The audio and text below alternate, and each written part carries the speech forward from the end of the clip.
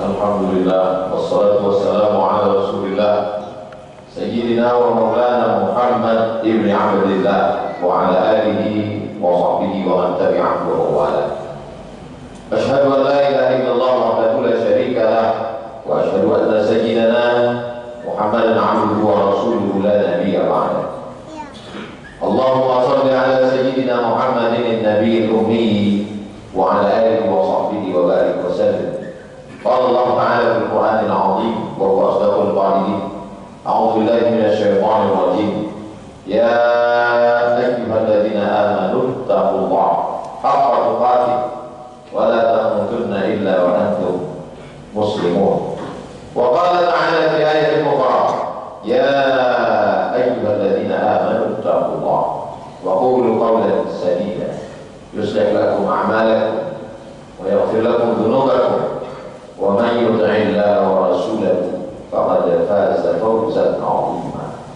عباد الله أوصيكم ونفسي بتقوى الله وطاعته فقد فاز المتقون. Hadirin jamaah Jumat yang dimuliakan Allah Subhanahu wa taala. Orang-orang barat yang katanya tidak bertuhan, hanya percaya kepada materi saja, yang bisa dipegang, disentuh, ditangkap dengan panca indera, dilihat oleh mata, dirasakan dengan indera. Ternyata mereka juga diam-diam percaya kepada yang tidak tampak oleh mata. Itu terlihat ketika mereka memberikan satu simbol minta diselamatkan saat terjadi kecelakaan, disebut dengan SOS, Save Our Soul, selamatkanlah soul, nyawa, jiwa. Nenek moyang orang Nusantara sebelum Islam datang ke negeri ini juga ternyata sudah percaya kepada yang tidak tampak oleh mata, bukan badan, bukan tulang, bukan daging. Maka mereka menyebutnya, tertulis dalam lagu kebangsaan bangsa Indonesia, bangunlah jiwanya, bangunlah badannya. Ada badan yang zahir, ada jiwa yang batin. Filosof-filosof tua dari di antara umat manusia yang berpikir dari Yunani, mereka juga meyakini ada yang tidak fisik, maka mereka menyebutnya dengan metafisik. Fisik, tubuh, nampak, badan, zahir, tapi di balik itu ada yang disebut dengan metafisik. Itu membuktikan baik peradaban Yunani atau Nusantara atau Barat sesungguhnya bersumber dari sumber yang sama, bahwa meyakini ada yang zahir, ada yang batin, ada yang nampak, ada yang tak nampak. Maka ketika seseorang mohon maaf, dia katakan mohon maaf zahir dan batin. Kita juga selalu berdoa kepada Allah, Rabbana ighfir lana dzunubana, ampunkan dosa kami zahiran wa batinan, yang nampak maupun yang tidak nampak. Dia disebut dengan roh karena saat dia ditiupkan ke badan, masuknya ke badan melalui tiupan. Allah mengatakan wa nafaktu fihi, aku tiupkan ke dalamnya roh, dan saat keluar dari badan pun keluarnya dengan cara bertiup. Ditiupkan. Itulah mengapa salah satu metode cara berzikir menyebut Allah saat menarik nafas dan saat meniupkan nafas. Saat ditarik Allah, saat dihembuskan pun Allah, supaya saat matinya kalimat yang terakhir keluar dari mulutnya adalah Allah. Sesuai dengan firman Allah, alladzina yadhkuruna Allah, orang-orang yang menyebut Allah qiyaman ketika tegak, wa qu'udan ketika duduk, wa 'ala junubihim ketika berbaring. Itu juga sejalan dengan hadis Nabi, la taqumu as-saa'ah, tidak akan terjadi hari kiamat selama masih ada orang yang menyebut nama Allah di atas muka bumi. Allah, Allah. Dia disebut dengan nafs karena dengan adanya dia di dalam manusia bernafas. Dari kata nafs lah bentuk kata tanafas, bernafas. Dia disebut dengan nafs karena di dalamnya ada hawa Ketika dia berjumpa dengan jasad, nafsu makan, nafsu seksual, nafsu jabatan, keinginan lebih dari orang lain, berbagai macam hawa nafsu muncul ketika dia ada di dalam badan. Ketika dia sudah keluar dari badan, maka nafsu tidak ada. Jenazah-jenazah tidak lagi memiliki keinginan apa-apa karena dia sudah keluar dari badan. Dia disebut juga dengan Allah sesuai dengan firman sabda Nabi Muhammad SAW, ala fil jasadi mudghah, ketahuilah di dalam jasad itu ada segumpal. Kita sholat jasad betul. Kalau yang segumpal itu baik, maka seluruh tubuh menjadi baik. Wa idza fasadat, kalau dia rusak, maka seluruh tubuh itu menjadi rusak. Ala wajhil qalb, dia adalah jantung.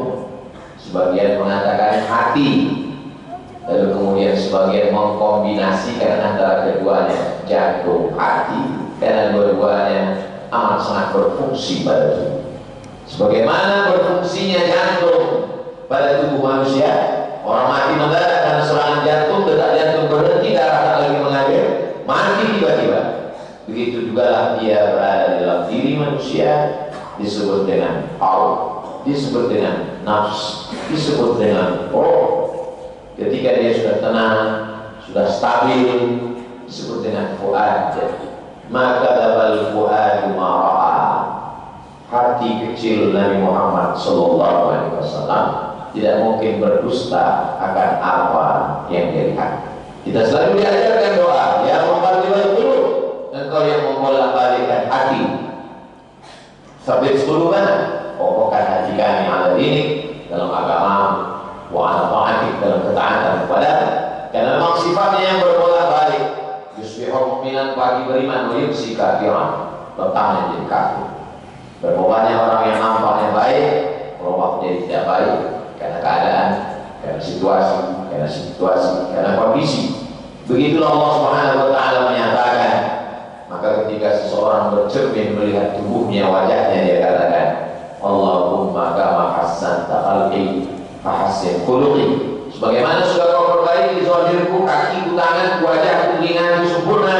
Laqad khalaqnal insana fi ahsani taqwim. Maka sempurnakan juga batin. Zahir perlu makan, perlu minum, batin juga perlu. Apa yang diperlukan oleh batin? Ala bidzikrillah tatma'innul qulub.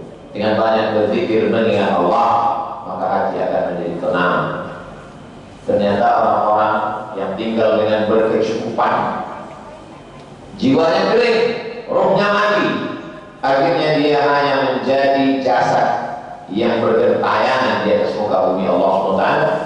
Maka angka bunuh diri meningkat, stres dan depresi. Karena kata Nabi SAW, mathalul ladzi yadhkuru rabbahu wal ladzi la yadhkuru rabbahu kamathalil hayy wal mayyit. Perumpamaan orang yang mengingat Allah, yang mengaitkan batinnya dengan Allah, seperti orang yang hidup dan orang yang mati. Ketika orang putus hubungan dengan Allah, maka saat itu dia sudah mati pada hakikatnya. Maka kita sebelum matahari terbit sudah diajarkan untuk menyebut nama Allah, mengumandangkan azan subuh. Kata Nabi, Allah barik li ummati fi mukuliha. Orang yang paling besar berkah hidupnya, orang yang paling awal hidupnya, awal harinya, cepat bangunnya, langsung dia hubungkan dirinya dengan Allah, connecting tidak putus. Alhamdulillahilladzi ahyana ba'da ma amatana wa ilaihi nusyur. Kapan hubungan dengan jasad, ruh dengan batin, zahir dengan batin diputus? Ketika sampai masa dalam bahasa Arab disebut dengan ajal. Bila ada ajal, kalau ajal masa itu tiba, la yastakhiruna sa'adah, tidak dapat ditunda walau sesaat, wala yastaqdimun, tidak pula dapat dimajukan walau sesaat. Apa kata orang lain, umpam jatuh, kelapa jatuh, tidak menunggu kelapa tua, kelapa muda, bahkan mayangnya pun berserakan jatuh. Begitulah Allah Subhanahu wa ta'ala. Untuk apa dimasukkan ruh ini ke dalam jasad? Bertanya sebagian manusia, kenapa mesti ada hidup? Allah menjawab dalam surah Al-Mulk yang selalu dibaca setiap sebelum tidur malam. Alladzi khalaqal mauta, Allah menciptakan mati. wal hayata, Allah menciptakan hidup, liyabluwakum ayyukum ahsanu amala, untuk menguji siapa yang paling baik amal. Kalau sudah ditetapkan Allah beramal di suatu bidang, tekuni saja bidang itu. Dengan bidang itu kita menolong agama Allah Subhanahu wa ta'ala. Tidak perlu merebut bidang yang lain untuk menjadi hamba Allah, menolong agama Allah. Berapa banyak orang bisa menolong agama Allah dengan tausiahnya, dengan ceramahnya, dengan khutbahnya, dengan seminarnya, dengan loka karya. Tapi jangan sepelekan orang yang tidak berbicara di mimbar. Mereka juga menolong agama Allah, tidak dengan sorbannya, bukan dengan jubahnya, tapi menolong agama Allah dengan perda, peraturan daerah. Tidak boleh menjual khamar di tempat umum, tidak boleh memperjualbelikan khamar, dan itu menjadi payung undang-undang dalam level nasional, menjadi payung hukum di level provinsi dan kabupaten. Sesungguhnya mereka sedang berdakwah, tapi mereka tidak berceramah. Orang selalu menganggap bahwa ceramah adalah dakwah. Ceramah bagian dari dakwah, tapi dakwah sesungguhnya tidak semua melulu ceramah. Berapa banyak orang yang sebenarnya berceramah tapi tidak berdakwah, dan berapa banyak orang yang berdakwah tanpa mesti berceramah. Kalaulah zakat itu terlaksana dengan tausiah ceramah kultur, sudah selesai permasalahan umat bangsa Indonesia, muslim terbesar di dunia, yang zakatnya masih lagi jauh panggang dari aku. Tapi ada orang-orang yang tidak perlu khutbah, tidak perlu ceramah, tidak perlu tabligh akbar, cukup dengan mengeluarkan satu tanda tangannya, maka wajib membayar zakat potong atas pengusaha, PNS, ASN, semua wajib potong atas 2,5%. Begitu mudahnya. Maka kata Imam Ahmad bin Hanbal, seandainya doa itu satu dan doa itu dijamin dikabulkan Allah, mintakanlah satu. Apa yang satu itu? Allahumma rzuqna imaman adila, berikan pemimpin yang adil. Karena orang yang adil akan menolong agama Allah, bukan dengan tausiah, bukan dengan ceramahnya, bukan dengan khutbahnya, tapi dia menolong dengan kekuasaan yang dititipkan Allah di ujung jarinya.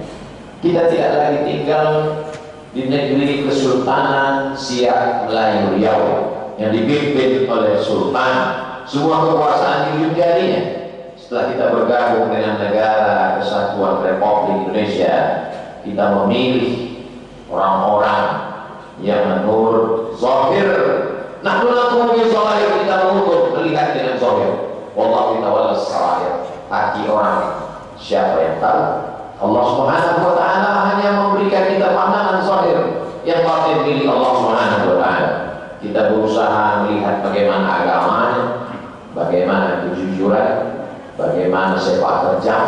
Setelah itu kita pun beristikharah kepada Allah. Mana imam istikharah, tidak akan menyesal orang yang beristikharah. Wa ma khaba man istasyara, tidak akan sia-sia orang yang mau meminta pendapat orang lain. Kalau tidak tahu, fas'alu ahla dzikri, tanya orang yang tahu. In kuntum la ta'lamun. Setelah itu kita pun memberikan suara persaksian di hadapan Allah Subhanahu wa ta'ala. Begitu kata Syekh Yusuf Al-Qaradawi dalam fikih min fiqh daulah, ketika seorang muslim memilih, maka sesungguhnya dia sedang bersaksi di hadapan Allah. Aku bersaksi bahwa orang ini layak mewakili suaraku, bahwa orang ini layak untuk menjadi pemimpinku beberapa tahun ke depan. Begitulah seorang muslim dengan tulusnya, karena semua gerak tangannya, matanya, telinganya akan diminta tanggung jawab. Sudahkah kau dengar baik-baik? Sudahkah kau lihat pandang baik-baik? Sudahkah kau pikirkan baik-baik? Inna sam'an mendengar, wal basar melihatan, wal fu'ad hati dan pikiran, kullu ulaika kana mas'ula. Semua akan disoal, semua akan ditanya, semua akan diminta tanggung jawab di hadapan Allah Subhanahu wa ta'ala. Tapi lebih daripada itu bukan kuasa kita. La yukallifullahu nafsan illa wus'aha. Ala adlukum ala akbaril kabair. Maukah kamu tunjukkan dosa terbesar di antara dosa besar? Sahabat semuanya ingin tahu apa dosa terbesar itu, ya Rasulullah. Al-isyraku billah, mempersekutukan Allah. Alhamdulillah, tidak lagi ada orang Melayu yang menyembah batu, menyembah pokok kayu, menyembah sungai.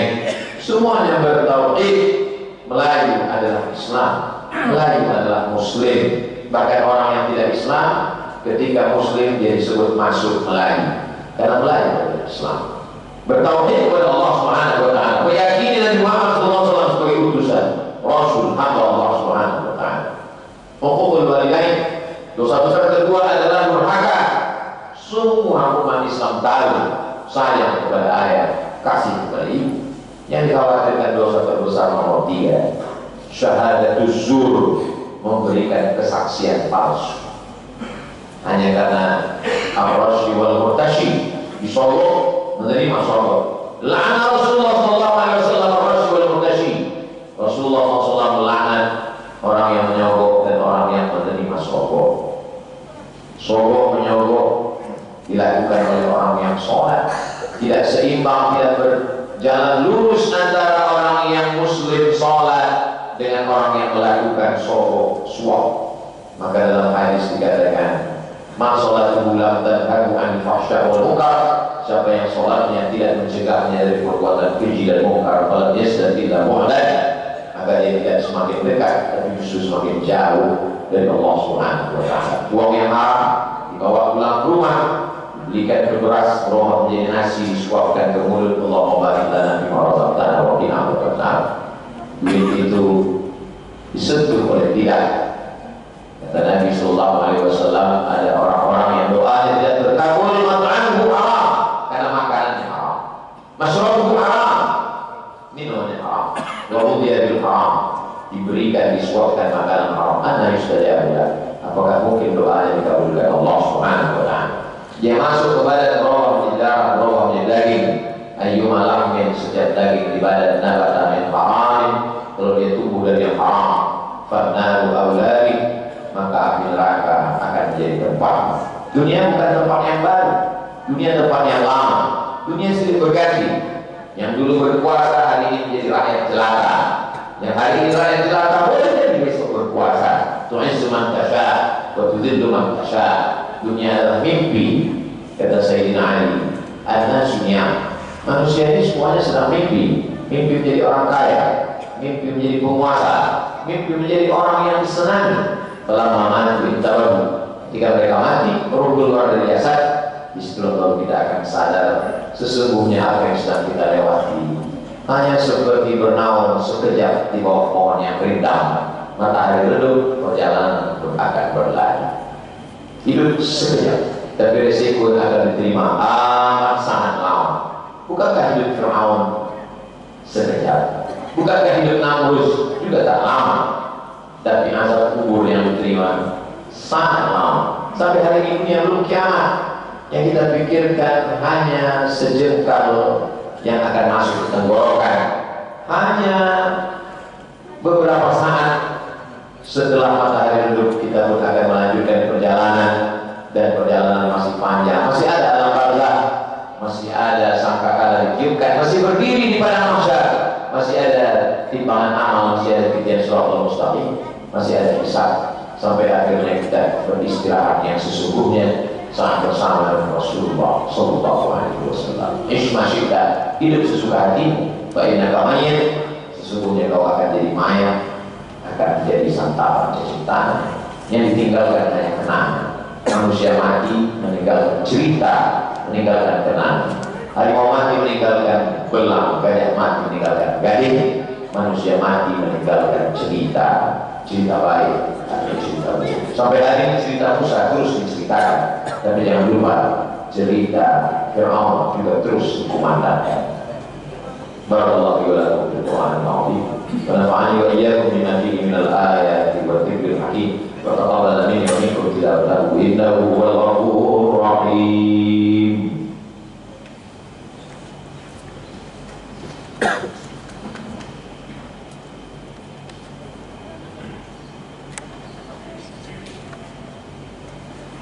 Alhamdulillah bini'matihi tatimmus shalihat, wassalatu wassalamu ala sayyidis sadat wa ala alihi wa ashabihi ahli al-fadail wal karamat. Asyhadu an la ilaha illallah wahdahu la syarika lah wa asyhadu anna أن سيدنا محمدا عبده ورسوله لا نبي بعده. اللهم صل على سيدنا محمد النبي الأمي وعلى آله وصحبه وبارك وسلم.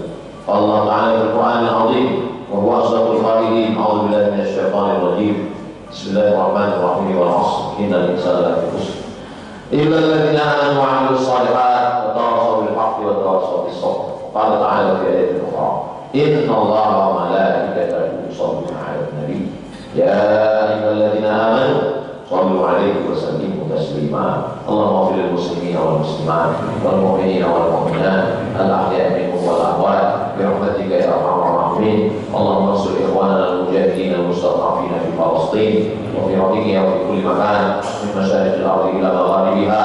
اللهم ادفع عنا الغلاء والوباء والفحشاء والربا والزنا والسيوف المختلفة والشدائد والمحن ما ظهر منها وما بطن من بلدنا هذا خاصة ومن بلدان المسلمين عامة. عباد الله، أوصيكم ونفسي بتقوى الله وطاعته قد فاز المتقون. إن الله يأمر بالعدل والإحسان وإيتاء ذي القربى وينهى عن الفحشاء والمنكر والبغي يعظكم لعلكم تذكرون. فاذكروا الله العظيم يذكركم واسألوه من فضله يعطيكم